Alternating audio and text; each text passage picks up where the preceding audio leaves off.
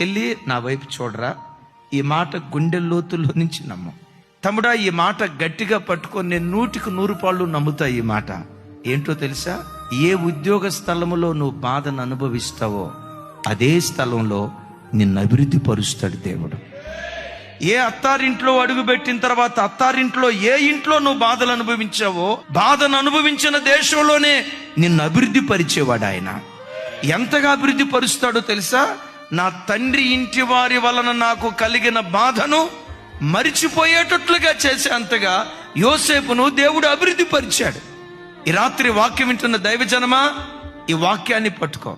ఏ దేశంలో నువ్వు బాధను అనుభవించావో, ఏ గ్రామంలో నువ్వు బాధను అనుభవించావో, ఏ ఇంటి వారి మధ్యలో నువ్వు బాధను అనుభవించావో, ఏ బంధువుల మధ్యలో నువ్వు బాధను అనుభవించావో, బాధను అనుభవించిన చోటే నా దేవుడు నిన్ను అభివృద్ధి పరచును గాక.